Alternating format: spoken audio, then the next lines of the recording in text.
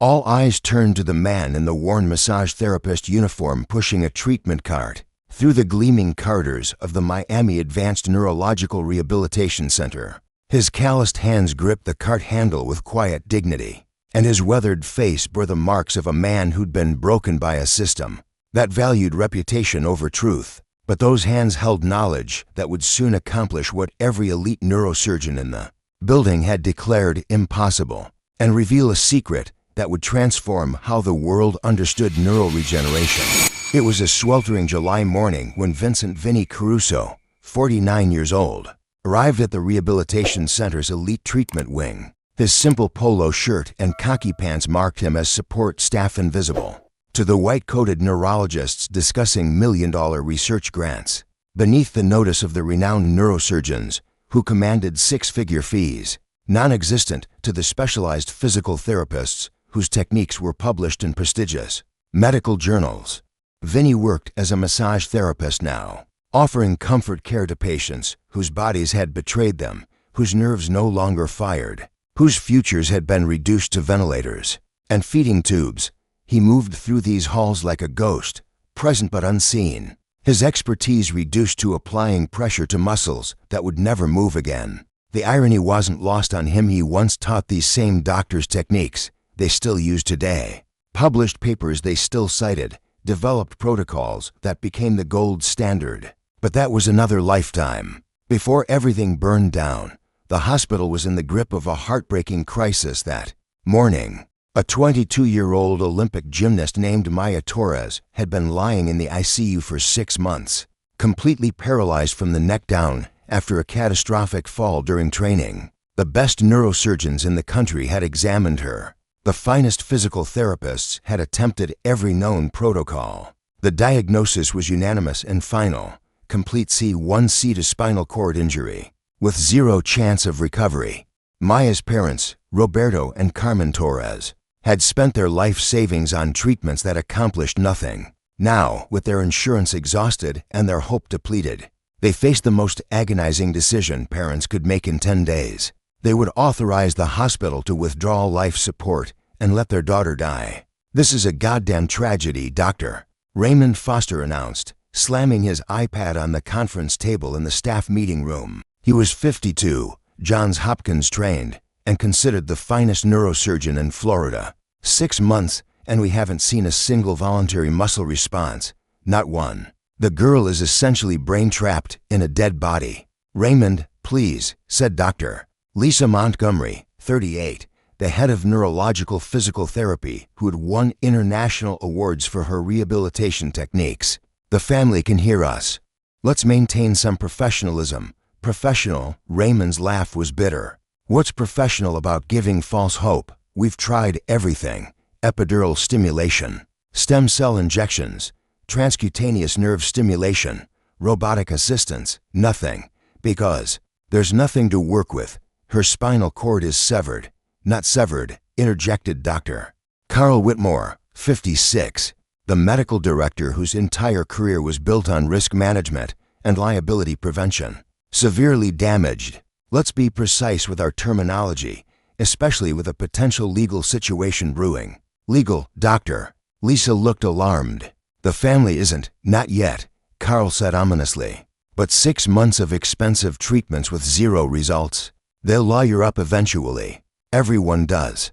That's why I'm terminating any further experimental protocols. We follow standard comfort care only. No exceptions." Through the glass wall of the conference room, Vinny pushed his cart past, carrying fresh linens and massage oils for his appointments. He could hear every word, though they never noticed him. To them, he was furniture, the massage guy who helped patients relax before the inevitable. "What about Dr. Liu's suggestion?" Lisa asked. She mentioned some alternative neural pathway stimulation techniques. "Catherine Liu is 70 years old and hasn't practiced medicine in a decade." Raymond interrupted. "She's a relic pushing pseudoscience. Neural regeneration beyond microscopic repair doesn't exist. Never has. Never will. There are documented cases." Lisa tried. "There are no documented cases," Raymond said firmly. "Only fraud, placebo effects, and desperate people believing what they wanted to believe. This hospital will not be associated with quackery. Vinny's hands tightened on the cart handle. He knew exactly which cases Lisa meant. He'd created those cases. 12 patients who shouldn't have walked, who did. 12 impossible recoveries that the medical establishment couldn't explain, so they buried them instead. Therapist Angela Reed entered the meeting late. Her face set in its perpetual expression of bitter disapproval. At 44, she'd spent 20 years in occupational therapy, and every disappointment showed. Are we still discussing the Torres case? Because I have actual patients who might benefit from actual therapy. We're discussing liability, Angela, Carl said, which affects everyone in this hospital. Then here's my input, Angela said. I heard the family asked about bringing in outside consultants, alternative therapists. We need to shut that down immediately. The last thing we need is some charlatan giving them false hope and then suing us when their snake oil doesn't work. Agreed, Raymond said. I'll speak with the family. Make it clear that any non-approved interventions void their treatment here. Vinny wanted to scream. He wanted to burst into that conference room and tell them they were wrong. That Maya Torres had micro-responses they were too blind to see.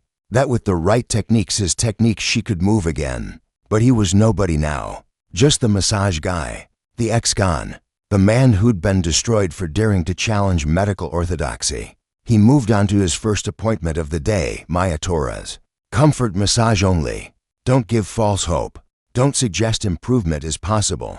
Just help the patient relax in the prison of her own body. Maya's ICU room was a testament to modern medical futility. Machines hummed and beeped, keeping her alive artificially. Heart monitor, ventilator, feeding tube. For medications, her parents sat on opposite sides of the bed, aged far beyond their 40-something years, holding their daughter's unresponsive hands. Mr. and Mrs. Torres, Vinny said quietly. I'm Vinny, the massage therapist. I'm here for Maya's session. Carmen Torres looked up with hollow eyes. Is this really necessary? She can't feel anything anyway. Studies show that even when patients can't consciously feel touch, their nervous system still registers it, Vinny said gently. It can help prevent muscle atrophy and improve circulation. And sometimes, he caught himself, careful. Sometimes it provides comfort at a level we don't fully understand. Roberto Torres stood. I need coffee. Carmen, you want anything? She shook her head, not taking her eyes off her daughter. After Roberto left, Carmen spoke quietly. They want us to let her go. Vinny's hands stilled on Maya's arm. Mrs. Torres, don't give me the speech about quality of life and dignity in death. I've heard it 50 times. Her voice cracked. She's 22 years old. She was going to the Olympics. And now they want me to kill her. No one wants you to do anything, Vinny said. This is your choice. Yours and your husband's. Is it? Carmen laughed bitterly. They keep talking about no chance of recovery. They say keeping her alive is cruel. But she's still here. Her heart beats. Her lungs breathe with the ventilator. Yes, but she's still my daughter. How do I choose to end that? Vinny knew he should stay silent. Should just do his job and leave. But looking at Carmen's devastated face, at Maya's still form, at the waste of a young life, he couldn't. Mrs. Torres, what if I told you I see micro-responses that suggest, don't, Carmen said sharply. Please don't give me hope. Angela warned me. She said people like you, well-meaning people, sometimes see things that aren't there because we all want to believe. I can't afford to hope anymore. Hope is what's killing me. Vinny nodded slowly and returned to his massage, using techniques that appeared purely therapeutic to any observer. But his trained hands were doing far more than relieving tension. He was mapping Maya's neural responses with the precision of 15 years of revolutionary research. And what he felt tiny, almost imperceptible muscle twitches in response to specific stimulation points told him something. These doctors had missed entirely. Maya Torres could recover. Not fully, perhaps, but far more than anyone believed possible. The question was, did he dare say so? After the session, Vinny returned to the staff break room where the massage therapists gathered between appointments. His colleagues were friendly enough other support staff who understood their place in the hospital hierarchy. How's the Torres girl? Asked Michelle, a 28-year-old massage therapist who specialized in oncology patients. Same, Vinny said, which was true enough. Tragic, said Marcus, another therapist. I heard they're pulling the plug next week. Probably for the best though. Who'd want to live like that? Vinny said nothing. He'd learned that arguing was pointless. People believed what made them comfortable. Hey Vinny, Michelle said, you used to work in hospitals before, right? Before you were a massage therapist? Careful. I did some clinical work, yes. But you've seen some sad cases. More than I'd like, Vinny admitted. What he didn't say, he'd also seen miraculous cases. Patients who defied every prognosis. People who walked when science said they never would. 12 success stories that the medical establishment had buried because they couldn't be explained by conventional neurology. 12 successes, 3 failures, 3 deaths that had cost him everything. His phone buzzed. A text from an unknown number. We need to talk. About Maya Torres, Dr. Catherine Liu. Vinny's pulse quickened. Catherine Liu, the neurologist who'd studied his work in secret. The one person who believed his techniques worked. The one person who might help him save Maya if he dared risk everything again. He texted back, when and where. The response came immediately, tonight, 8 p.m. Bayfront Park. Come alone. What I have to show you will change everything. Vinny spent the rest of the day in a fog of anticipation and dread. His hands moved through their therapeutic routines mechanically, while his mind raced with possibilities. Catherine Liu had been watching his career from the beginning back when he was Dr. Vincent Caruso, the neurosurgeon, whose radical theories about neuroplasticity and alternative pathway regeneration had made him both celebrated and controversial. That evening, he arrived at Bayfront Park early, taking a bench overlooking Biscayne Bay. The Miami skyline glittered across the water, beautiful and indifferent. He'd once had an office in one of those towers, a corner suite with a view, where patients traveled from around the world to see him. Now he lived in a studio apartment in Hialeah and took the bus to work. Vincent. He turned drive. Catherine Liu approached slowly, leaning on a cane. She was smaller than he remembered, more fragile, but her eyes held the same sharp intelligence. Dr. Liu, he said, standing. Catherine, please. We're not in a hospital. She sat beside him with a slight wince. Bad hip. Getting old is not for cowards, as they say.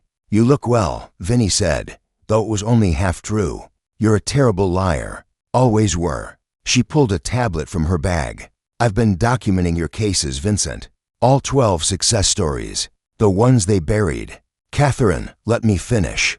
I tracked them down, interviewed them, examined them myself. Maria Gonzalez, the woman you treated in 2011, T6 complete spinal injury, told she'd never walk. She ran a 5,000 last month. Ran, Vincent. Daniel Park, C5-C6 injury from a diving accident. He's a physical therapist now, helping other spinal injury patients. Every single one of your 12 patients maintained or improved their recovery. Not one relapsed, not one. Vinny felt his throat tighten. And the 3 who died. Catherine's expression hardened. I reviewed those cases too. Thomas Chen died from a pulmonary embolism, a known risk with any spinal injury, nothing to do with your treatment. Rebecca Martinez died from sepsis caused by a pressure ulcer that developed before you ever treated her. And James Wilson, she paused. James Wilson was staged for cancer that his family hid from you. He was dying anyway. They just needed someone to blame. The medical board didn't see it that way, Vinny said bitterly. The medical board saw what Miami General Hospital wanted them to see, Catherine said. Vincent, I have the real medical records. The ones that mysteriously disappeared from your trial. Miami General was covering up their own negligence in all 3 cases. You were convenient.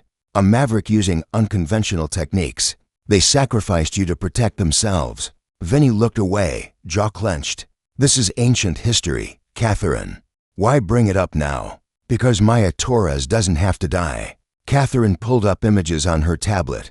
I've been reviewing her case files, don't ask how I got them. Every scan, every test, every assessment. Vincent, she has the exact same injury pattern as Maria Gonzalez.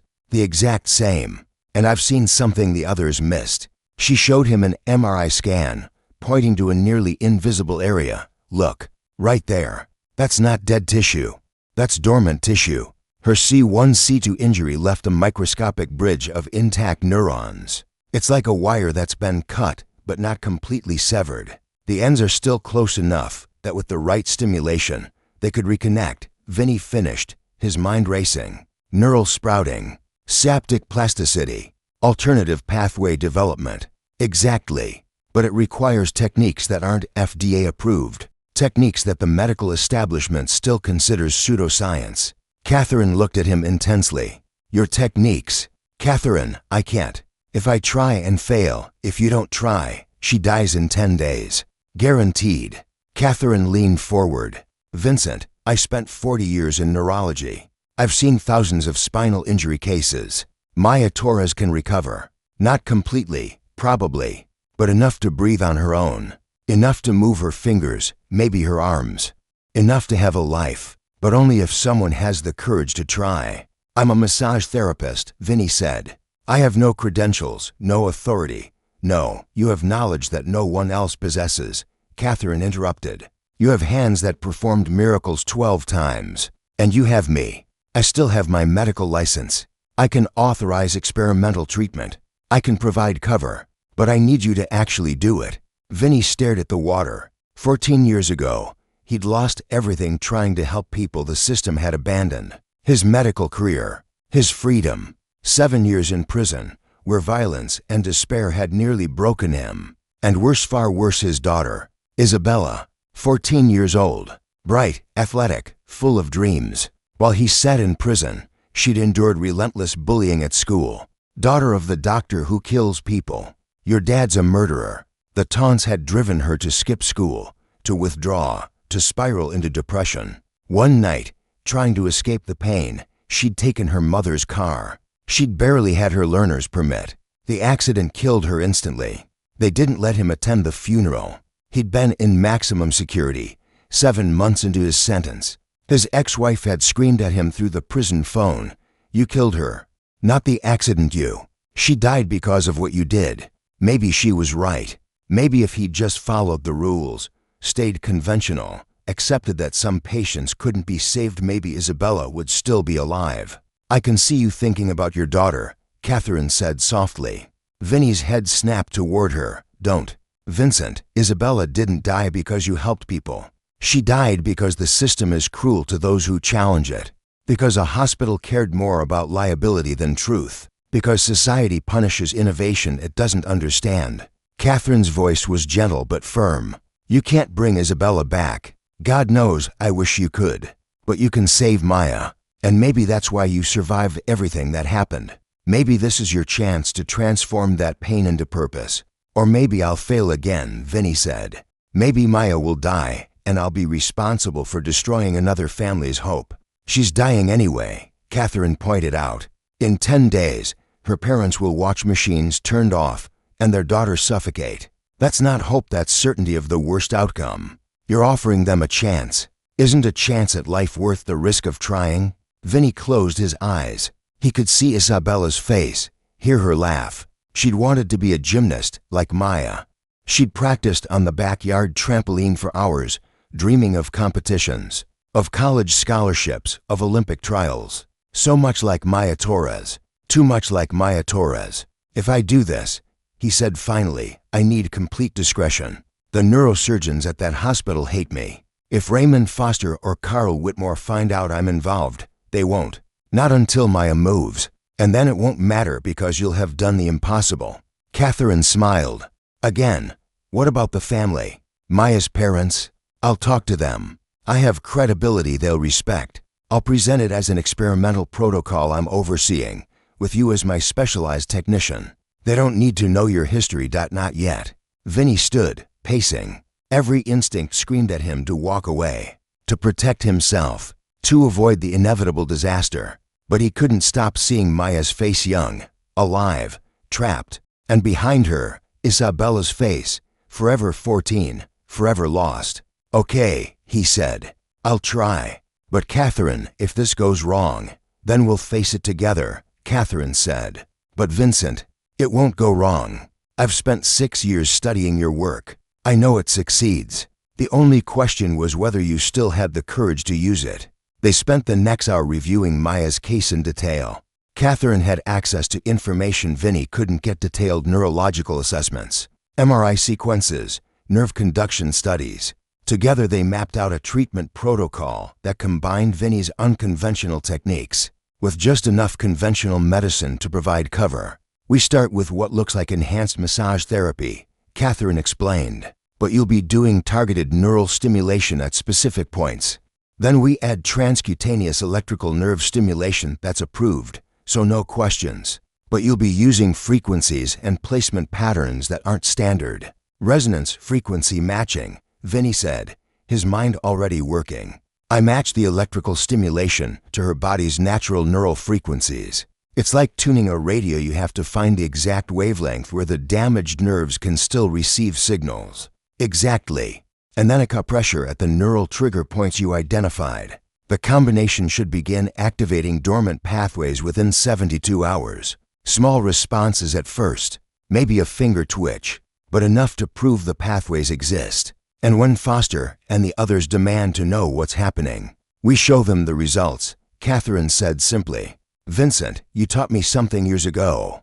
You said the best way to win an argument with conventional medicine is to produce outcomes it can't deny. Let them call it impossible while the patient moves." Vinny felt something he hadn't experienced in 14 years: hope. Dangerous, fragile hope that maybe he could make a difference again.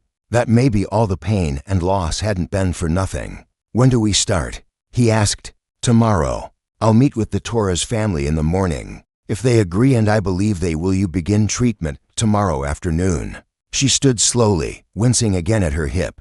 "Vincent, one more thing. This isn't just about Maya. If we succeed, we document everything. Video, detailed notes, measurable outcomes. We build a case so strong that the medical establishment can't ignore it anymore." "You want to vindicate me," Vinny said. "I want to vindicate the truth," Catherine corrected, "which happens to include vindicating you.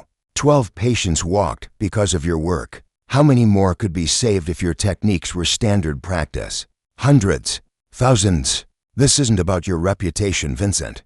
It's about changing how medicine treats impossible cases." After Catherine left, Vinny sat alone for a long time, watching the lights shimmer on the dark water. He thought about all the patients he'd helped over the years, the ones who succeeded and the ones who didn't, the thin line between miracle and tragedy. And he thought about Isabella, his beautiful, lost daughter, the price of challenging a system that valued conformity over innovation, reputation over results, risk management over human life. "I'm going to save her, Bella," he whispered to the night. "I'm going to save Maya like I couldn't save you. And maybe that'll mean something. Maybe that'll make this all mean something." The next morning, Vinny arrived at the rehabilitation center with a clarity of purpose he hadn't felt in years. He'd spent the night reviewing his old research notes, the ones he'd hidden away after his conviction, unable to destroy them, but too painful to look at. Now he studied them with fresh eyes, remembering techniques he'd refined through years of careful observation. Catherine had texted him at 6 a.m. Family agreed. "Meet me in Maya's room at 2 p.m. Be ready." But first, he had to endure his regular morning routine, moving through the hospital as the invisible massage therapist, listening to doctors discuss cases with supreme confidence, watching specialists miss obvious signs because they didn't know what to look for. In the staff break room, he overheard Raymond Foster talking to Lisa Montgomery. The Torres family asked to try some experimental therapy. Raymond was saying, "Some neurologist named Catherine Liu convinced them. I told them absolutely not, but apparently Liu has enough credentials that Whitmore approved it as compassionate care. Waste of everyone's time." "What kind of therapy?" Lisa asked. "Who knows? Probably acupuncture or crystal healing or some garbage. As long as they sign the liability waiver, Whitmore doesn't care. He just wants them to feel like we tried everything before they pull the plug." Vinny's hands tightened around his coffee cup. They had no idea, no conception that in a few hours, everything they believed about neural regeneration was about to be challenged. At precisely 2 p.m., Vinny entered Maya's ICU room with his massage cart, trying to appear as unremarkable as always. Catherine Liu was already there, speaking quietly with Roberto and Carmen Torres. The transformation in the parents was striking. They looked alert, almost hopeful, a stark contrast to the defeated resignation he'd seen yesterday. "Ah, Vincent," Catherine said, using his first name with deliberate familiarity. "Thank you for coming. Mr. and Mrs. Torres, this is the specialist I mentioned. He'll be working under my supervision to implement the neural stimulation protocol." Roberto stood and extended his hand. "Doctor, Liu says you have experience with spinal injury rehabilitation." "I do," Vinny said carefully, shaking his hand. "Though I should be clear, what we're attempting is experimental. There are no guarantees." "We understand," Carmen said, standing as well. Her eyes searched his face. "But doctor, Liu showed us documentation of other patients who improved with similar techniques. Patients the doctors said would never move again." Vinny glanced at Catherine, who gave him a subtle nod. She'd done her work well. "Those cases were unique," Vinny said. "Each patient responds differently. What I can promise is that I'll do everything in my power to help Maya. But you need to understand, if we see no progress in the first week, we stop. I won't give you false hope month after month. 1 week is more than we have now," Roberto said. "In 10 days, we're supposed to say goodbye. If there's any chance, there's a chance," Catherine said firmly. "A real one. But we need to be clear about something else. The techniques Vincent will use are unconventional. Some doctors in this hospital will be skeptical. We need your permission to proceed despite any objections from the staff." Carmen's expression hardened. "Dr. Foster already tried to talk us out of this. He said we were being foolish, chasing miracle cures. But you know what? His conventional wisdom has Maya dead in 10 days. So yes, you have our permission. Do whatever you need to do." "Then let's begin," Catherine said. She turned to Vinny. "I'll stay for the first session to take baseline measurements. Mr. and Mrs. Torres, you're welcome to stay as well if you'd like." They nodded, settling back into their chairs by Maya's bedside. Vinny approached the bed slowly, looking down at Maya Torres for the first time without the weight of hopelessness. She was beautiful, young face peaceful in unconsciousness, dark hair spread across the pillow, athletic build wasted by 6 months of paralysis. The ventilator breathed for her with mechanical precision. The heart monitor beeped steadily. She looked dead except for those artificial signs of life. But Vinny knew better. Yesterday's massage had revealed micro-responses that told him Maya's nervous system wasn't completely severed from her body. Somewhere in that damaged spinal cord, microscopic bridges of neural tissue survived. His job was to wake them up. "I'm going to start with manual assessment," Vinny said, partly for Catherine's documentation, but mostly for the parents' benefit.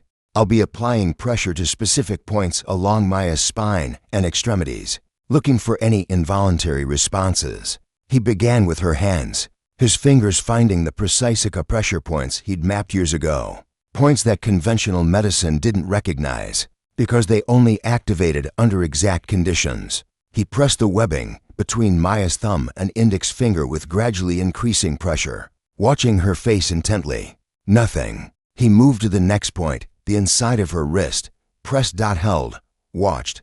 A flicker, so subtle that anyone else would have missed it. The tiniest movement of her eyelid. "Did you see that?" Carmen gasped, leaning forward. "Possibly an involuntary reflex," Catherine said clinically, but Vinny caught the excitement in her eyes. "Continue, Vincent." He moved systematically through the points, one after another, building a map of where Maya's nervous system still maintained connections. Each response was microscopic, a slight change in heart rate, a minimal shift in breathing pattern, that infinitesimal eyelid flutter. Nothing the conventional doctors would accept as voluntary movement. But Vinny knew these signs. He'd seen them in all 12 of his success cases. These were the tiny sparks that could be fanned into flames. After 30 minutes, he paused. "I'm going to add transcutaneous electrical stimulation now. You'll see electrodes placed on specific points. The current is very mild. Maya won't feel pain." He pulled out his equipment, which looked medical enough to pass casual inspection. But the device had been modified, frequencies calibrated to patterns he'd discovered through years of research. He placed the electrodes at the base of Maya's skull, along her cervical spine. and at the nerve clusters in her shoulders and arms. This will run for 45 minutes, he explained. The electrical pulses are designed to stimulate neural activity in the damaged areas. Think of it like jump-starting a car battery. We're trying to wake up dormant circuits. He activated the device and watched the readings carefully. The frequency needed to match Maya's unique neural signature, something he had to adjust in real time, based on subtle feedback her body provided. Carmen watched the electrodes anxiously. Is it working? Too early to tell, Vinny said honestly. Neural regeneration doesn't happen instantly. We're trying to coax damaged pathways back to life. That takes time. How much time? Roberto asked. If we're going to see results, initial responses usually appear within 72 hours. Catherine interjected. But Mr. Torres, results at this stage means tiny improvements. A finger twitch, a change in breathing pattern, not walking or dramatic recovery. I'll take a finger twitch, Carmen said, her voice breaking. God, I'll take anything that says she's still in there fighting. They sat in silence for a while, the only sounds the ventilator's rhythm and the soft beeping of monitors. Vinny adjusted the electrical stimulation frequency 3 times, fine-tuning it as he read Maya's subtle physiological responses. Finally, after 45 minutes, he removed the electrodes. That's enough for today. The neural pathways need recovery time between sessions. We'll do this twice daily, morning and evening. When will you know if it's working? Roberto asked. Honestly, tomorrow's session will tell us a lot. If there's no change in her responses, we'll know the pathways are too damaged. But if I see improvement, even microscopic improvement, that tells us regeneration is possible. After the Torres family left to get dinner, Catherine and Vinny remained in the room with Maya. Well, Catherine asked quietly. She responded, Vinny said. Not much, but enough. Catherine, she has viable neural bridges. I'm certain of it. With continued stimulation, she'll move. Catherine finished. How long? 3 days for definitive voluntary movement. Maybe a finger twitch we can document. After that, progress should accelerate. And if Foster or Whitmore try to shut this down, then we have 3 days to produce evidence they can't ignore, Vinny said. He looked at Maya's still form. She's going to make it, Catherine. I can feel it. I hope you're right, Catherine said. Because I staked my reputation on this too. If we fail, we won't fail, Vinny said with more confidence than he felt. I've done this before. I know what success looks like. That evening, Vinny returned for Maya's second session. This time, only Roberto was present. Carmen had gone home to shower and rest. How's she doing? Vinny asked. The same, Roberto said heavily. No change. The nurses say that's normal, but you hope for a miracle, Vinny said gently. Mr. Torres, I understand, but neural regeneration is measured in tiny increments. Think of it like a plant growing. You can't see it happening day to day, but over time, progress becomes visible. He began the evening session, repeating the acupressure and electrical stimulation protocol. This time, he noticed something different. Maya's heart rate increased slightly when he stimulated certain points. Not much, maybe 5 beats per minute, but consistent. Her body was starting to recognize and respond to the stimulation. Halfway through the session, Roberto spoke. Can I ask you something personal? Of course, doctor. Well, you said you have experience with cases like Maya's. Patients who recovered when everyone said they wouldn't. How many patients have you helped? Vinny's hands stilled briefly. Several. And they really got better? Really moved again? Yes, Vinny said. Not all the same amount. Some recovered more function than others. But all of them exceeded what their doctors thought possible. Why aren't you famous then? Roberto asked. If you developed techniques that work, why isn't everyone using them? Careful. The medical establishment is conservative, Mr. Torres. New techniques take years to gain acceptance, sometimes longer. That's a political answer, Roberto said. I'm asking the real question. Why are you working as a massage therapist instead of as the doctor who performs miracles? Vinny sighed, continuing his work on Maya's arms. Because 12 years ago, I tried to help patients using unconventional methods. Some improved dramatically, but others didn't survive, not because of my treatment, but because they were already dying. The hospital blamed me anyway. I lost my medical license, spent 7 years in prison. Roberto absorbed this in silence. Then, Doctor, you told us. She said you were scapegoated for a hospital's mistakes. Vinny looked up, surprised. She told you? This afternoon, after you left. She said we deserve to know the truth, that you're the best chance Maya has, but that if anyone at this hospital finds out who you are, they'll try to stop the treatment. Roberto met his eyes. She also said you saved 12 patients who were told they'd never move again. 12. That's not luck. That's knowledge. It's also dangerous, Vinny said. If the doctors here discover I'm involved, then we don't tell them, Roberto said firmly. Doctor, Liu is supervising. That's all they need to know.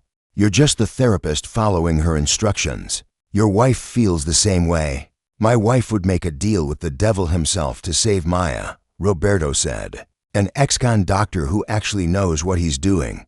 That's easy. He leaned forward. But I need you to be honest with me. Can you really help her? Or is this false hope?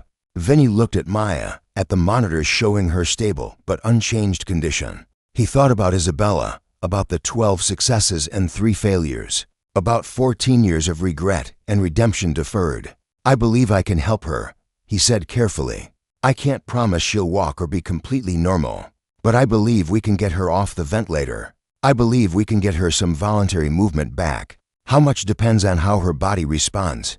But Mr. Torres, I promise you this, I will give everything I have to help your daughter. Everything. Roberto nodded slowly. Then we trust you. Both of us. Whatever happens. Over the next 2 days, Vinny maintained the protocol with meticulous precision. Morning and evening sessions, each one building on the previous. He varied the electrical stimulation patterns, adjusted the acupressure points, added gentle range of motion exercises that looked therapeutic, but were actually designed to reawaken specific neural pathways. And Maya's body began to respond. On the second day, during the morning session, Carmen was present. Vinny was working on Maya's right hand when he felt a definite muscle contraction under his fingers. Not involuntary, not a reflex. Purposeful tension, Mrs. Torres, he said quietly. Watch her hand. He pressed the trigger point again. Maya's fingers twitched, barely visible, but unmistakable. Carmen gasped. Did she just, again, Vinny said, repeating the stimulation. The fingers moved again, slightly more pronounced. Oh my God, Carmen whispered, tears streaming down her face. She's moving. Maya's moving. Small movements, Vinny cautioned, though his heart was racing. We're seeing neural pathway activation. But this is progress, Mrs. Torres. This is real progress. He continued the session, systematically testing different muscle groups. The responses were inconsistent. Sometimes Maya's body reacted, sometimes it didn't. But the fact that she reacted at all was revolutionary. After the session, Carmen called Roberto immediately. She moved. Her fingers moved. Roberto, it's working. But their celebration was short-lived. Drive. Raymond Foster appeared in the doorway, his expression thunderous. What the hell is going on here? He demanded. Dr. Foster, Carmen said, quickly wiping her tears. Maya moved. Her fingers actually moved. Raymond's face was a mask of professional skepticism. Mrs. Torres, I understand you want to believe. I saw it, Carmen insisted. I was standing right here. Her fingers twitched, multiple times. Involuntary muscle spasms are common in spinal injury patients, Raymond said dismissively. They're meaningless reflexes, not voluntary movement. I warned you about this, about people giving you false hope. With respect, Dr. Foster, Catherine Liu's voice came from behind him. She entered the room with her tablet. I observed the response as well via the remote monitoring system. The muscle activation pattern was consistent with voluntary neural firing, not reflex activity. Raymond turned to face her, his expression hardening. Dr. Liu, I heard you were involved in this experiment. Frankly, I'm surprised Carl Whitmore approved it. Compassionate care for a terminal patient, Catherine said calmly. The family has the right to try experimental protocols when conventional medicine has nothing more to offer. Experimental protocols have to be evidence-based, Raymond shot back. What you're doing here, electrical stimulation, acupressure, massage therapy, that's not medicine. That's wishful thinking. Is it? Catherine pulled up an image on her tablet. These are Maya's neural response readings from today's session. Notice the consistent firing pattern in the C7-C8 nerve roots during targeted stimulation. That's not random. That's pathway activation. Raymond barely glanced at the screen. Artifacts.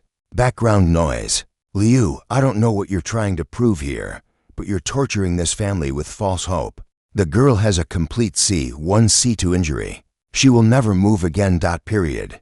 She just did move, Carmen said, her voice rising. I saw it with my own eyes. You saw what you wanted to see, Raymond said, not unkindly, Mrs. Torres, I understand. No, you don't understand. Carmen's voice broke. You've given up on my daughter. You're waiting for us to give up to so you can turn off the machines and add her to your statistics. Well, I won't. Not while there's still hope. There is no hope, Raymond said firmly. There's only denial, and it's cruel to feed it. He turned to Vinny. And you. You should be ashamed, participating in this charade. Whatever, doctor. Liu is paying you. He's not being paid, Roberto Torres said, entering the room with coffee. He's volunteering his time. And before you dismiss what we saw, Dr. Foster, maybe you should actually examine my daughter instead of assuming you know everything. Raymond's jaw tightened. Mr. Torres, I've examined Maya dozens of times. I know her condition better than the doctor who studied her scans and found viable neural pathways. Catherine interrupted. Better than the specialist who's successfully treated similar cases. Raymond, your hubris is showing. My hubris? Raymond's voice rose. You're the one making promises you can't keep. I've been a neurosurgeon for 25 years.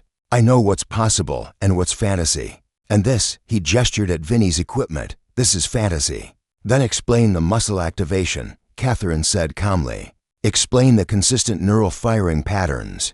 Explain why Maya's body is responding to targeted stimulation if there are no viable pathways. I don't have to explain anything, Raymond said coldly.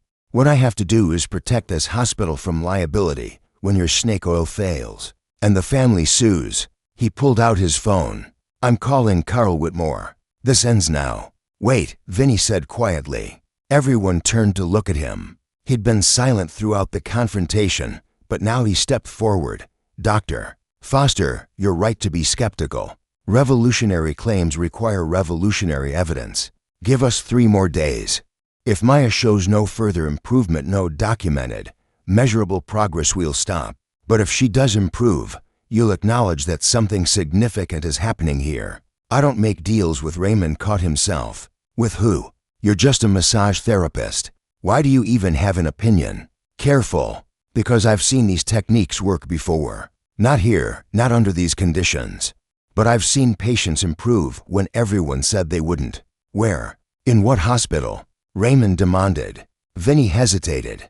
Catherine jumped in smoothly. Vincent trained under several neurological rehabilitation specialists before specializing in therapeutic massage. He brings a unique perspective that complements conventional medicine. That's not an answer, Raymond said. I want credentials. I want to know exactly who this man is and what qualifies him to treat a critical patient. He's qualified because I'm supervising, Catherine said firmly. And I'm a board-certified neurologist with 40 years of experience. That should be sufficient. It's not, Raymond said. Carl will want to know. Carl approved this protocol. Catherine interrupted. Are you questioning the medical director's judgment? Raymond's face flushed. I'm questioning yours. And his, he pointed at Vinny. Something doesn't add up here. Massage therapists don't talk like he does. They don't have the technical knowledge he's demonstrating. Some of us read medical journals, Vinny said evenly. Some of us stay educated about our field. Bullshit, Raymond said bluntly. I've been watching you. The way you examine patients, the terminology you use, the confidence in your technique, that's not a massage therapist. That's a doctor. His eyes narrowed. Who are you really? The room fell silent. Carmen and Roberto exchanged glances. Catherine's hand tightened on her cane.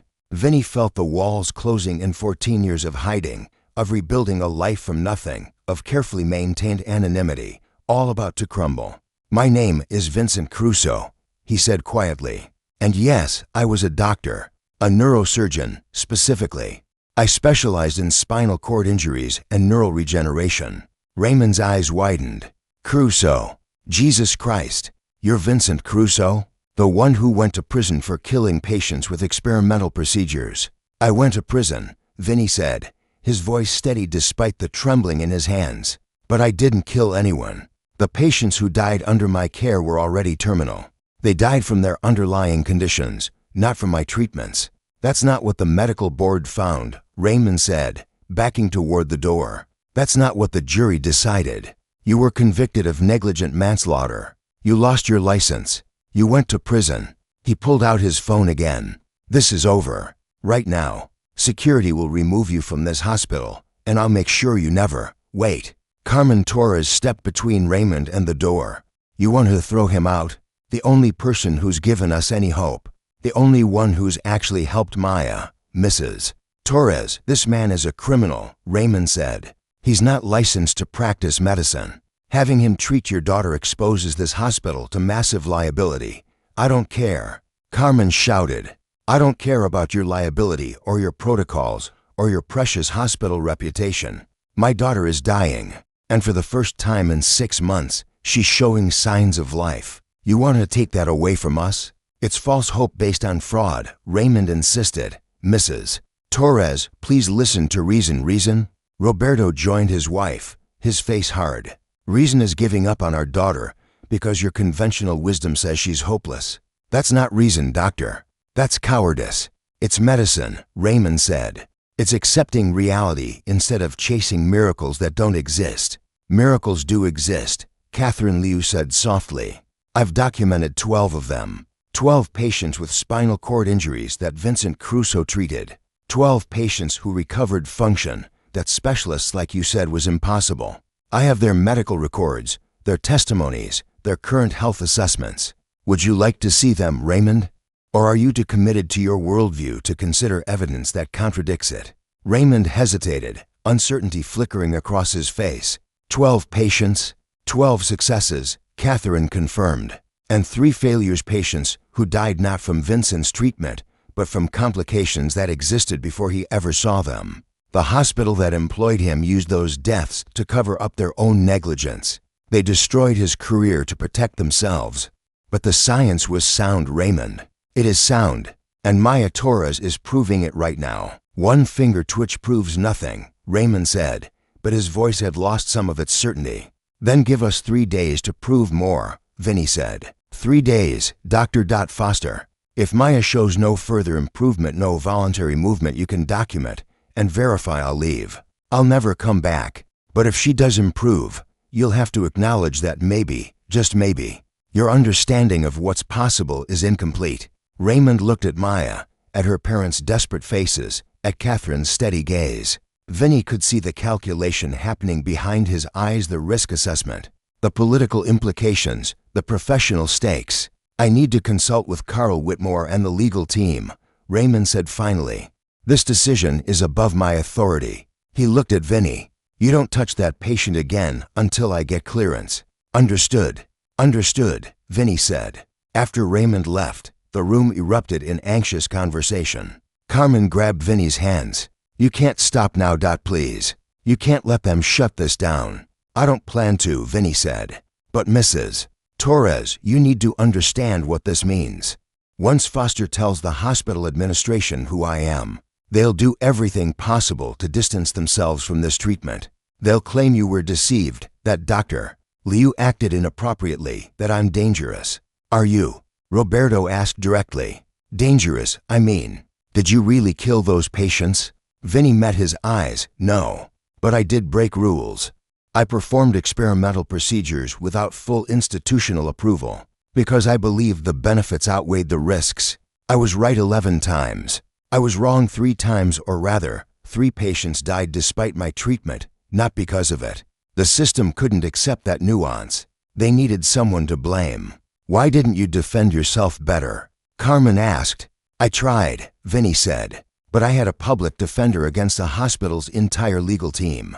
They had resources, reputation, and a narrative that made sense to people. Rogue doctor plays God, patients die. The truth was more complicated, but complications don't play well in court. And you went to prison, Roberto said. 7 years. Federal facility in North Carolina.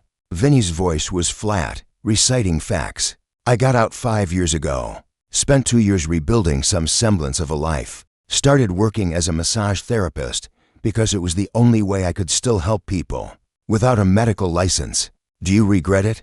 Carmen asked, trying to help those patients, knowing what it cost you. Vinny thought about Isabella, about his daughter's face, her laugh, her dreams, about the funeral he couldn't attend, about 7 years of loss compounding into a weight that never fully lifted. Every day, he admitted. But not because I tried to help people. I regret that the system punished innovation instead of embracing it. I regret that my family paid the price for my choices. I regret, his voice caught. I had a daughter, Isabella. She was 14 when I went to prison. The bullying at school, being known as the daughter of a criminal doctorate, destroyed her. She died in a car accident while I was locked up. I couldn't protect her, couldn't even say goodbye. Carmen's hand went to her mouth. Roberto looked away, blinking hard. That's why you're here, Roberto said quietly. That's why you're helping Maya. She reminds you of your daughter. Yes, Vinny said simply. Isabella wanted to be a gymnast. Like Maya, she dreamed of competition, of college, of a future that got stolen from her. I can't bring my daughter back, but maybe I can give Maya the future Isabella should have had. Catherine Liu stepped forward, her eyes glistening. Vincent, I knew about Isabella. I'm sorry I didn't. Don't, Vinny said gently. There's nothing anyone could have done. What's done is done. What matters now is Maya. If Foster shuts this down, if they force me out before we can help her, they won't, Roberto said firmly. Carmen and I are her parents. We have the right to choose her treatment. If we want you to continue, they can't stop us. They can if they invoke medical ethics guidelines, Catherine said. If they claim Vincent poses a danger to patients, they can bar him from the facility for patient safety. Then we'll fight them, Carmen said. We'll get lawyers. We'll go to the media. You'll exhaust yourselves and accomplish nothing, Catherine said bluntly. Hospitals have legal departments specifically trained to win these battles. What we need is evidence so compelling they can't ignore it. Maya's finger movements, Carmen started, aren't enough, Catherine said. We need documented, sustained, voluntary movement. Multiple witnesses. Video evidence. Something irrefutable. She turned to Vinny. How fast can you produce results? If Raymond doesn't shut us down? Vinny considered. Maya's neural pathways are responding faster than expected. With intensive treatment 3 sessions per day instead of 2, I could potentially demonstrate clear voluntary movement within 48 hours. Do it, Roberto said. Whatever you need. We authorize it. But Foster said, Vinny began. Foster said you can't touch Maya until he gets clearance. Roberto interrupted. But he didn't say doctor. Liu couldn't treat her. And your doctor. Liu's assistant, right? Following her medical orders? Catherine smiled slowly. Technically correct. Vincent, if I'm directly supervising and documenting everything, Raymond can't claim we're operating outside proper oversight. It's a technicality, Vinny warned. If they want to stop us, they'll find a way. Then we work fast, Catherine said. 3 sessions today, 3 tomorrow. By the time Carl Whitmore and Raymond Foster figure out how to shut us down, Maya will be moving in ways they can't explain away. Vinny looked at Maya's still form on the bed. The ventilator breathed for her. The monitors beeped their steady rhythm. She looked unchanged, but he knew better. Under the surface, neural pathways were awakening. Damaged circuits were finding new routes. The impossible was slowly becoming possible. Okay, he said. Let's do this. But we document everything. Video, physiological measurements, witness statements. Catherine, you're the licensed physician of record. Whatever happens, you take credit or blame. Agreed, Catherine said. But Vincent, when Maya moves, really moves, your name goes on the research paper. The truth needs to be told. All of it. They began immediately. Vinny administered the 3rd session of the day with Catherine filming every moment on her tablet. He worked methodically, explaining each step for the recording. I'm applying targeted pressure to the C7 nerve cluster, he narrated. This stimulates the neural pathways that control hand and finger movement. You'll notice Maya's heart rate increases slightly. That's her autonomic nervous system responding to the stimulation. He pressed, held, released.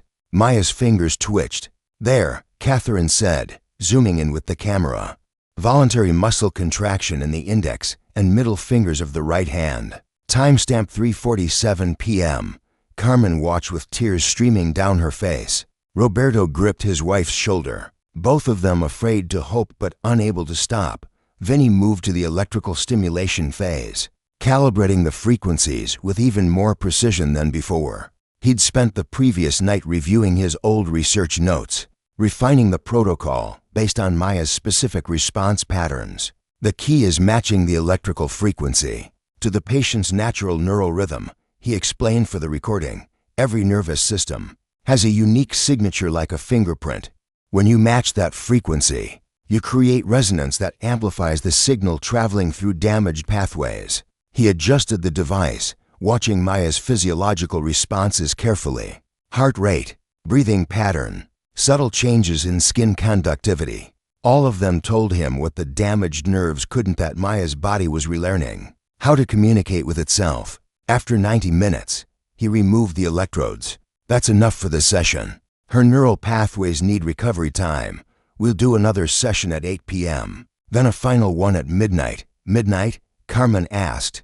"Neural regeneration often accelerates during sleep cycles." Vinny explained. "The brain processes and consolidates new neural connections when the conscious mind is quiet.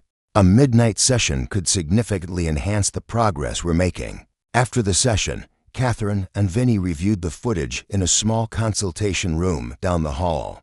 "The finger movements are undeniable," Catherine said. "But Raymond will argue they're still just reflexes.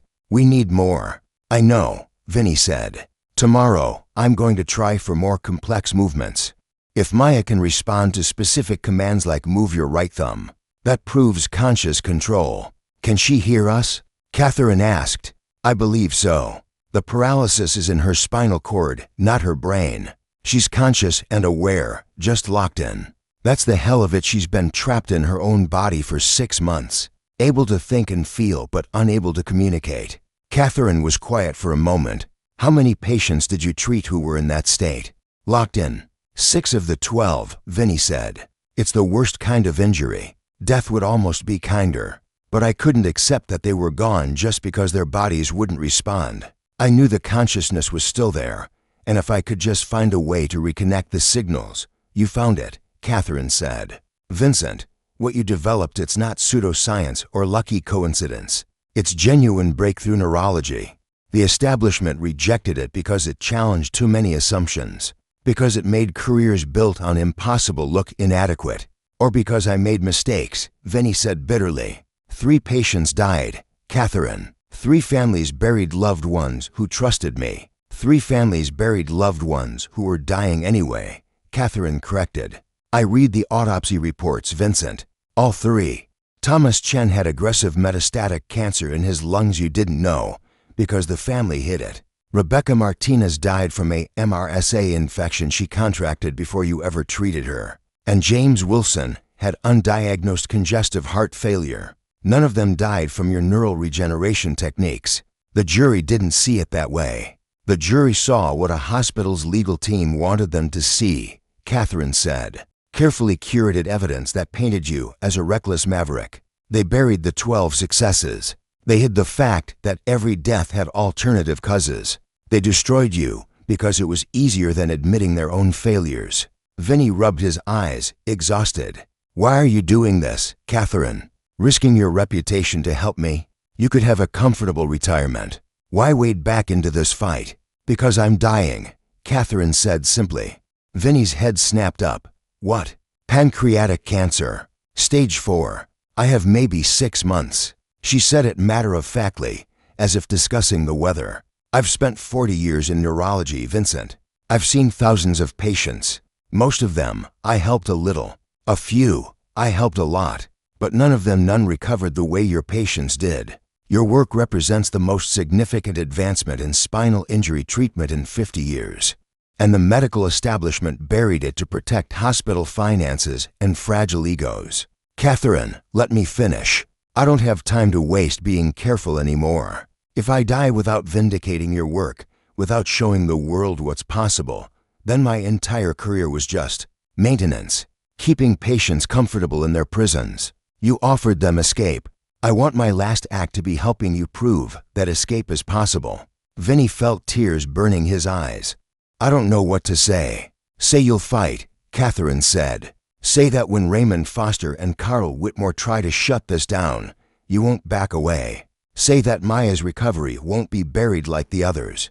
"I'll fight," Vinny promised. "For Maya, for Isabella, for all of them." At 8 p.m., they returned for the evening session. This time, Dr. Lisa Montgomery was waiting in Maya's room, her expression a mixture of curiosity and skepticism. "Dr. Liu," Lisa said, "I heard there was some unusual activity in this room earlier. Alleged voluntary movements." "Not alleged," Catherine said. "Documented. Would you like to see the footage?" Lisa's eyes flickered to Vinny. "I'd like to understand what's happening here. Drive. Foster is concerned, Doctor. Foster is threatened," Catherine said bluntly. "He's spent years telling this family their daughter is hopeless. Now she's showing signs of recovery, and he can't explain it. Can you explain it?" Lisa challenged. "Yes," Catherine said. "Vincent, walk Dr. Montgomery through the protocol." Vinny hesitated. Lisa Montgomery had built her career on conventional physical therapy. She'd mocked alternative approaches publicly. Having her observe might mean having another antagonist.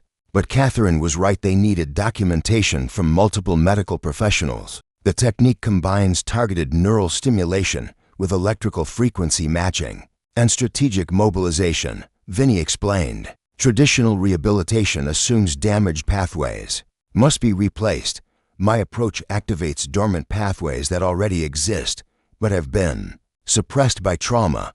Dormant pathways, Lisa repeated skeptically. That's not recognized. Neurology, it wasn't, Vinny said. But research over the past decade increasingly supports neuroplasticity, the brain's ability to reorganize and create new connections. I'm simply applying that principle to spinal cord injuries. And you learned this technique where, exactly? Lisa asked. Here it was.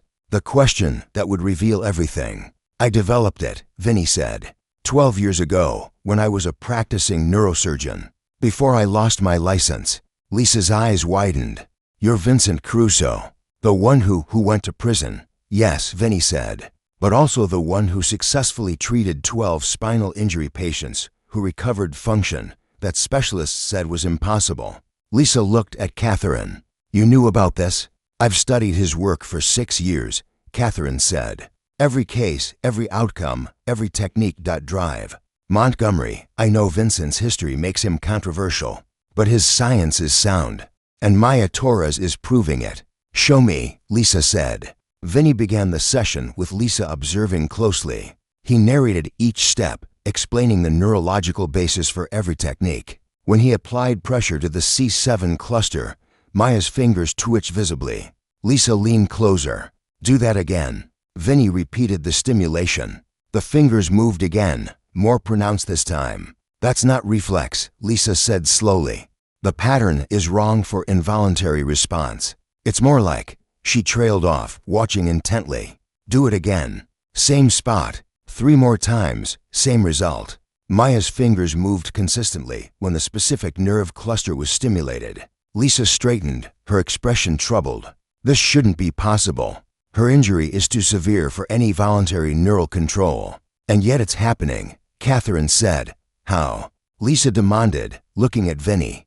Explain to me how you're achieving this when every conventional approach has failed. Vinny spent the next 20 minutes detailing his methodology. The specific pressure points that aligned with ancient acupressure meridians, but also correlated with modern nerve mapping, the electrical frequencies that match neural firing patterns, the mobilization techniques that stimulated proprioceptive feedback. Lisa listened, asking sharp questions, clearly wrestling with what she was seeing versus what she'd been taught was possible. Finally, she said, I need to see more. Can you produce additional voluntary movements? Different muscle groups. That's the goal of tonight's sessions, Vinny said. With intensive treatment, I believe we can activate wrist movement by tomorrow morning. And if you do, Lisa asked, if you can demonstrate clear voluntary control of multiple muscle groups. Then maybe you'll consider that unconventional doesn't mean ineffective, Catherine said. Lisa was quiet for a long moment. Then, I'll reserve judgment. But Dr. Liu, if this is legitimate, if Vincent Caruso actually developed a viable treatment for severe spinal cord injury, then suppressing it was a crime. Patients have suffered for 12 years because the medical establishment couldn't accept being wrong. Will you help us document this? Catherine asked. I'll observe, Lisa said carefully. Objectively. If the results hold up to scrutiny, I'll add my professional assessment to the record. But Dr. Foster isn't going to accept this easily. Neither will Carl Whitmore. You're challenging decades of accepted neurology. Good, Catherine said. Accepted neurology has failed thousands of patients. It's time for a new approach. The midnight session brought a breakthrough. Vinny had been working on Maya's left hand, trying to activate neural pathways that had been dormant even longer than her right side. Carmen and Roberto dozed in chairs beside the bed, exhausted but refusing to leave. Vinny applied the electrical stimulation, adjusted the frequency, watched the monitors carefully. Maya's heart rate increased. Her breathing pattern changed slightly despite the ventilator. And then her entire left hand moved. Not just a finger twitch. The whole hand lifted half an inch off the bed and held for 3 seconds before dropping. Oh my God, Carmen gasped, jerking awake. Did she just— Yes, Vinny said, his voice shaking. Maya, if you can hear me, try to move your left hand again. Nothing for 10 seconds. 20.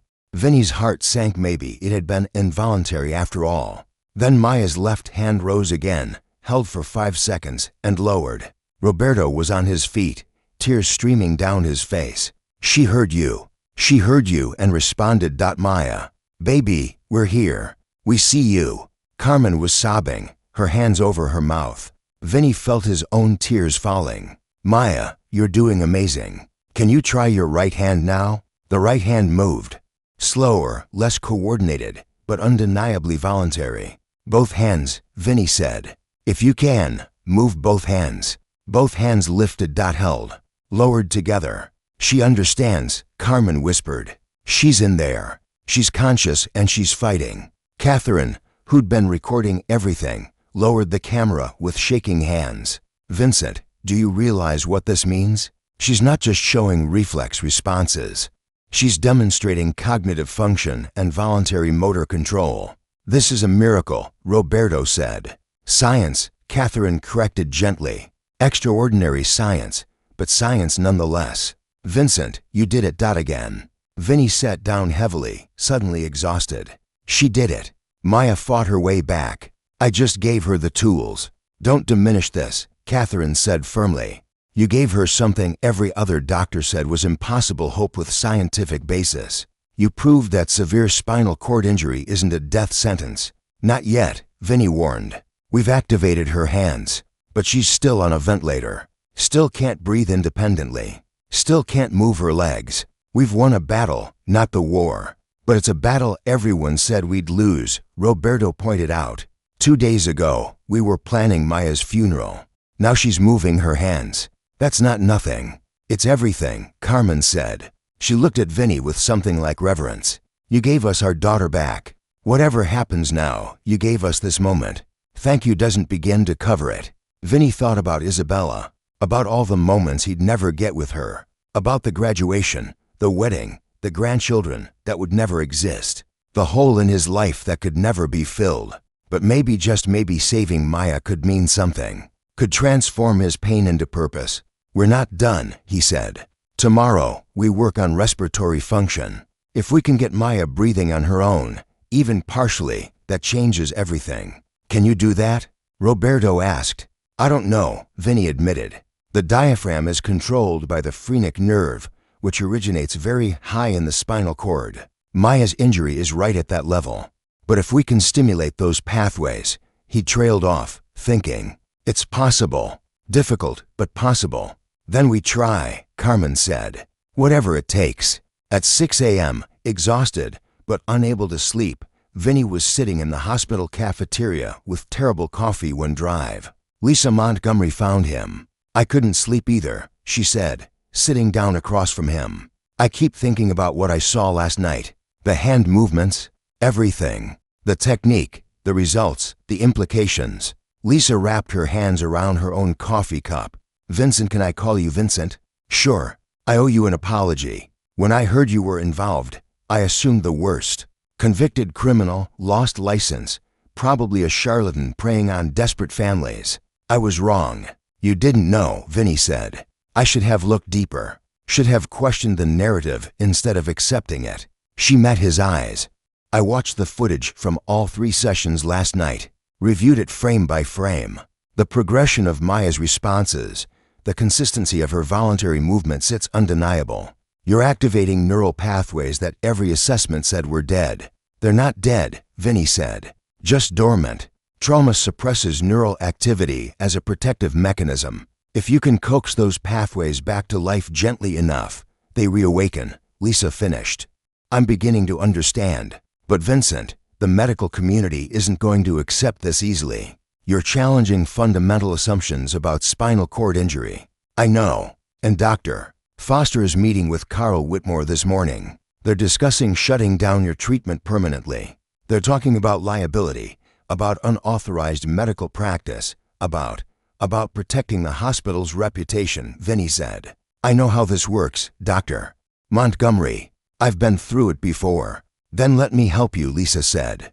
I'm documenting everything I've observed. Professional assessment from a licensed physical therapist. If they try to claim this is pseudoscience or fraud, they'll have to explain why I'm corroborating it. That could damage your career, Vinny warned. My career has been built on helping people recover function, Lisa said. If I ignore the most significant breakthrough I've ever witnessed just to protect my reputation, then what's my career worth? Before Vinny could respond, his phone buzzed. A text from Catherine. Whitmore scheduled emergency meeting 9 a.m. Conference room B. They're making their move. At 8:45 a.m., Vinny, Catherine, and Lisa entered the conference room. Drive. Raymond Foster and Dr. Carl Whitmore were already there, along with 2 people Vinny didn't recognize, presumably hospital lawyers. Let's keep this brief, Carl said, his tone cold and businesslike. He was a thin man in his late 50s who radiated bureaucratic authority. Mr. Crusoe, and yes, I know exactly who you are. Your presence in this hospital constitutes a massive liability. You're not licensed to practice medicine. You're a convicted felon, and you're treating a critically ill patient without proper authorization. I'm working under my supervision, Catherine interjected. As a licensed physician, I take full responsibility. You're retired, Carl interrupted. Your consulting privileges don't extend to supervising experimental protocols, especially ones conducted by unqualified personnel. Unqualified. Lisa spoke up. I've observed Vincent's work. His understanding of neurological rehabilitation exceeds that of most practicing neurosurgeons. Raymond scoffed. Of course you'd defend him.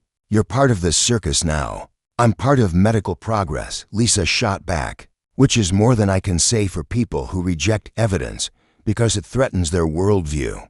Evidence. One of the lawyers spoke up, the severe woman in an expensive suit. What evidence? Some finger twitches that could easily be involuntary reflexes. That's not evidence. That's confirmation bias. Show them, Catherine said to Vinny. Vinny pulled out Catherine's tablet and played the video from the midnight session. Maya's hands rising on command, both hands moving together. The clear, unmistakable voluntary control. The room fell silent.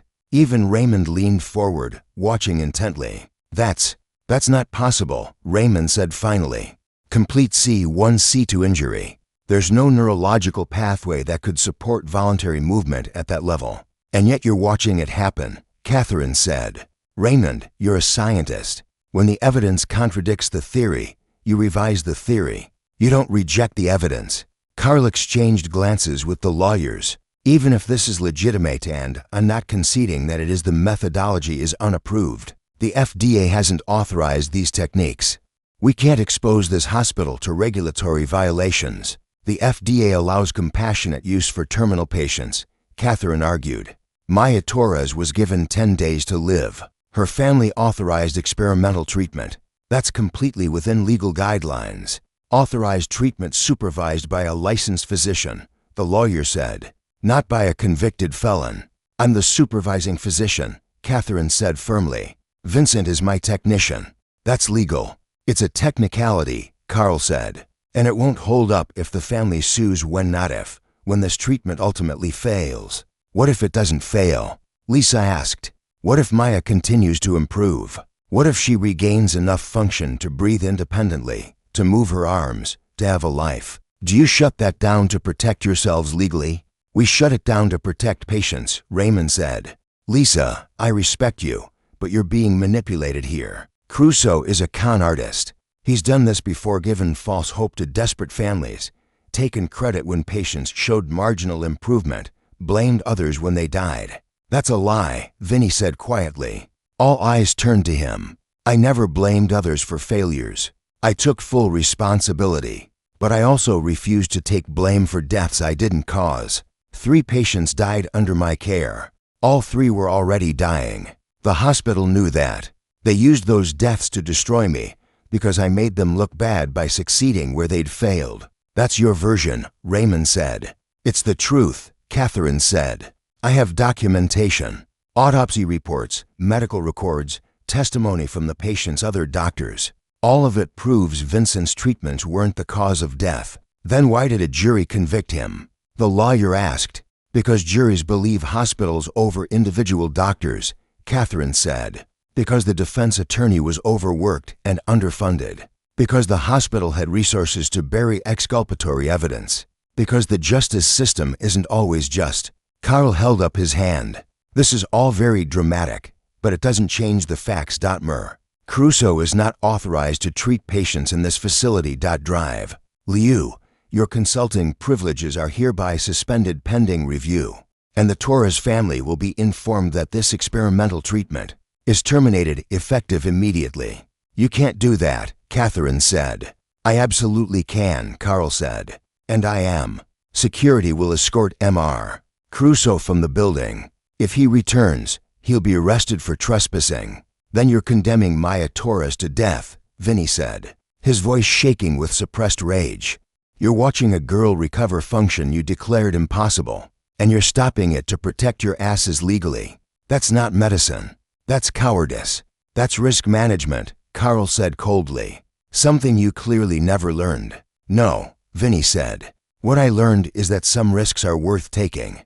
That saving lives matters more than protecting institutions. That courage sometimes means defying authority when authority is wrong. He stood. But you're right about one thing. I can't practice medicine here. I don't have that right anymore. He turned to Catherine. Give me everything. All the documentation, all the video, all the research. I'm going public. If this hospital won't let me save Maya, then I'll make sure the world knows what's possible. I'll publish everything online. I'll contact every medical journal, every news outlet, every patient advocacy group. The medical establishment buried my work once. They won't do it again. That's defamation, the lawyer warned. We'll sue you into oblivion. Sue me, Vinny said. I have nothing left to lose. But Maya Torres has everything to gain. And so do thousands of other spinal injury patients who've been told to give up hope because their doctors lack imagination. He walked to the door, then turned back. Dr. Foster, one last thing. When Maya Torres walks again, and she will, with or without this hospital's help, I want you to remember this moment. I want you to remember that you chose protocol over progress, reputation over results, fear over hope, and I want you to live with that. 20 minutes later, Roberto and Carmen Torres found Vinny in the parking lot, loading his equipment into his car. They told us you're banned from the hospital, Roberto said. They said your treatment is being terminated. I'm sorry, Vinny said. I tried to. We're checking Maya out, Carmen interrupted. Against medical advice. We're taking her home. Vinny stared at them. She's on a ventilator. She needs intensive care. We're arranging home health care, Roberto said. Nurses, equipment, everything. And we're hiring you. Privately. Whatever you charge, we'll pay it. We'll sell our house if we have to. But you're going to continue treating our daughter. The hospital will fight you on this, Vinny warned. They'll claim you're endangering her. Let them fight, Carmen said fiercely. She's our daughter, our choice, and we choose hope.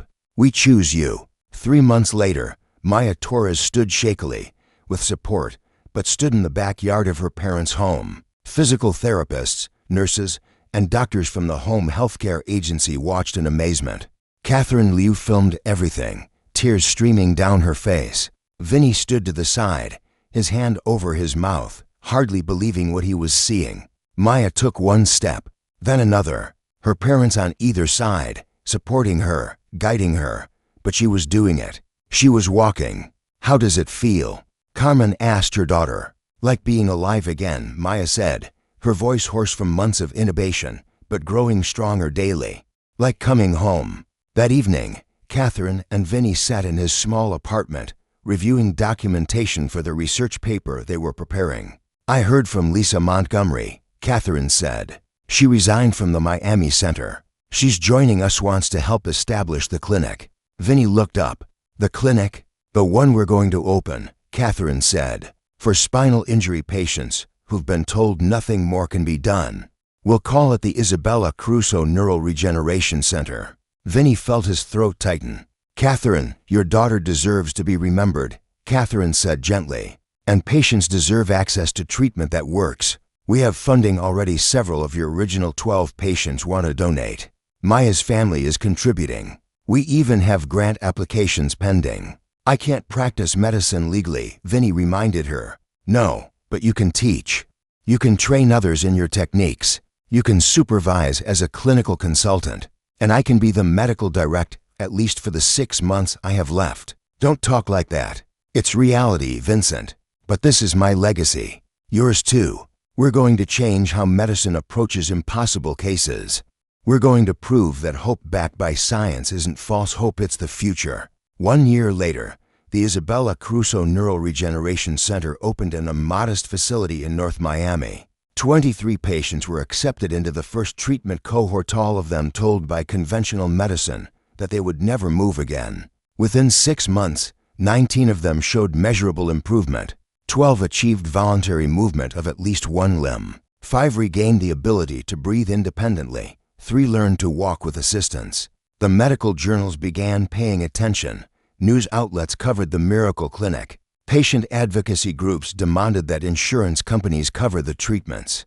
And Maya Torres, 18 months after being told she'd never move again, competed in a regional gymnastics exhibition, modified routines performed from a wheelchair, but performed nonetheless with grace, strength, and absolute determination.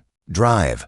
Raymond Foster watched the video of Maya's performance in his office at the Miami Center. He'd declined all interview requests about the case, declined to comment on Vincent Crusoe's rehabilitation, declined to acknowledge that he'd been wrong. But alone in his office, watching Maya Torres defy everything he'd believed was possible, Raymond Foster wept, not for his reputation, not for his pride, but for all the patients he'd told to give up, all the families he'd advised to let go, all the hope he'd crushed because he couldn't imagine that impossible only meant not yet achieved. Vincent Crusoe never got his medical license back, never practiced surgery again, never received an apology from the hospital that destroyed him or the medical board that convicted him. But he saved Maya Torres and 22 others in that first year, and hundreds more in the years that followed. He couldn't bring Isabella back, couldn't undo the pain or erase the loss, but he could honor her memory by giving other young athletes, other daughters, other dreamers the chance to reclaim their futures. And in the end, that was enough. Not redemption, perhaps, but purpose. Not justice, but meaning. Not the past rewritten, but the future transformed. One patient at a time. One impossible recovery at a time. One miracle grounded in science, driven by compassion, and born from pain at a time. The healing touch hadn't been lost after all. It had just been waiting for a second chance.